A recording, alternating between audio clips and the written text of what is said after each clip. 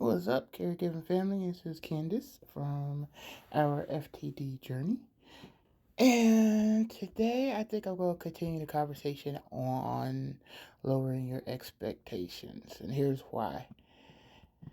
Because you need to, or I feel like you need to lower your expectations on all levels. See, what I found is that when my loved one got diagnosed with dementia, then people around us started to get weird. My family would say, "Oh, we're here for you. Just call us, let us know. Are you okay?" And blah blah blah. And that was fine for a while. But as soon as I started needing that emotional support, they were gone, and they haven't come around since. My mom's friends, they all stopped coming around. Um, my grandmother is the only family member that comes around. I did have family visit once, a few years ago now. That was just one time. And, no knock on them. At least they came when nobody else has. Um, yeah, people start acting real weird. They act like they're going to support you and they're there for you. And then as soon as you reach out and say, "Hey, I need your help, could you do this? Could you come sit with, so and so, whatever?" Oh, then they're busy. They have lives. They don't have time for you. It's funny how people do that. And they'll act all sincere and everything when they, are offering to be there for you, but let you really ask. And they're not going to do it. Uh, then you got the family who they realize what it means for dementia and they get greedy or they get controlling or they start acting out. And then you find yourself having to set boundaries because they want to tell you how to do things or how not to do things or you're doing things wrong. Meanwhile, they're never there, but they always have an opinion. Or you have the family that you could have 10 siblings and not one of them comes around. Or you can have 10 siblings, they don't come around, but then all of a sudden they want control of your loved one. I personally do not have any siblings, but yet I have somebody in my life who feels like they need to compete with me because they want control and power. But caregiving isn't about having control and power, it's about supporting the person that you claim you love. So, what happened to that? That's a whole other conversation. Um, and then, okay, you have to lower your expectations or continue to lower expectations with your loved one because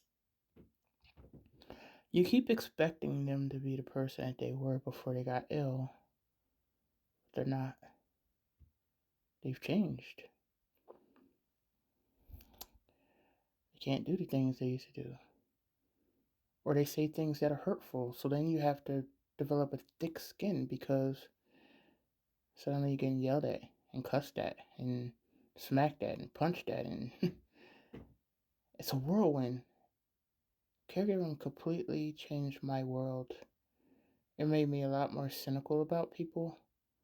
It made me a lot more cynical about the world. I trust people less than I did before, which is crazy because I didn't think that was possible.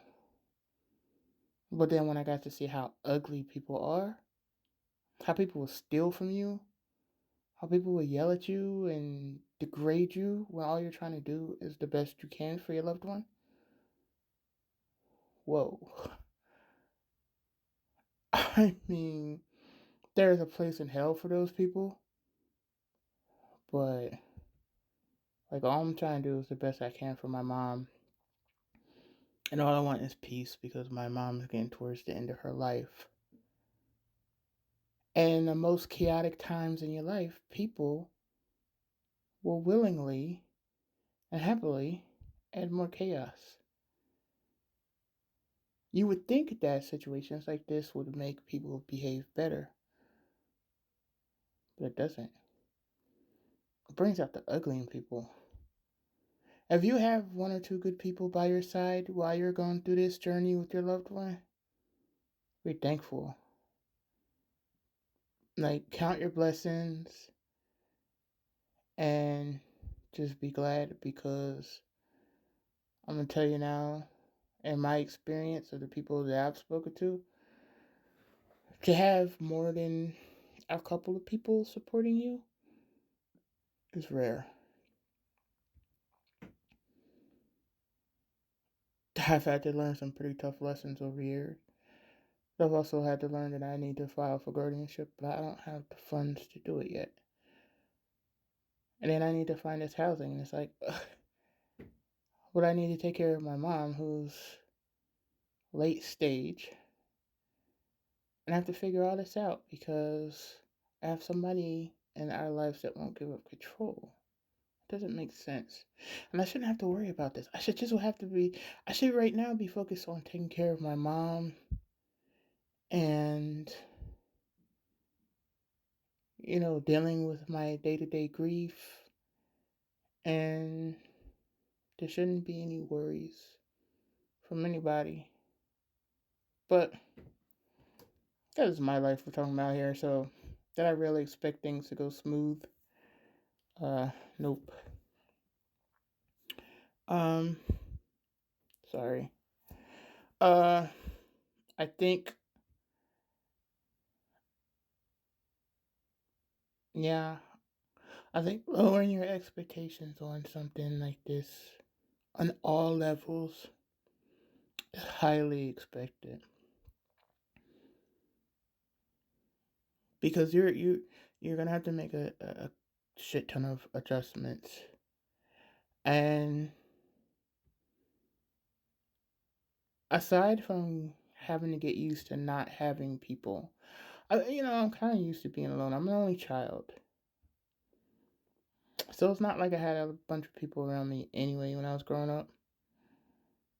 Um, but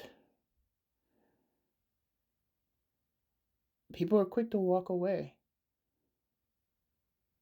So you get a mix of people. You get the people that are quick to walk away, but you also get the people who are never there, never do anything.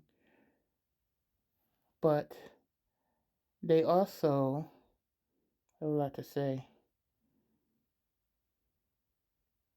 Contribute nothing. Nothing financially, nothing physically, nothing emotionally. But they have so much to say. Okay. I know I'm hitting a chord with somebody right now. I know somebody's probably saying, "Oh, that's my mother-in-law. She never sees my spouse, but oh, she always wants to tell me how to do things." Or that's my kid, or that's my, yeah, I get it. Uh, so yeah, lower your expectations, and it sounds really depressing, doesn't it? And it is kind of depressing. But I just don't want anybody fooled going into this thinking that you're gonna have all the support in the world from your friends and family, because that may or may not be the case, and it's most likely not to be the case. Which is kind of why I started this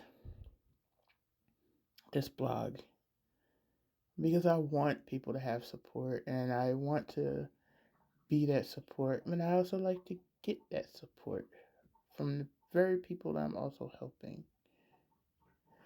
So, if you can relate, and I'm betting most of you can, like, share, subscribe, and I will follow up with number 5. This one is number 4.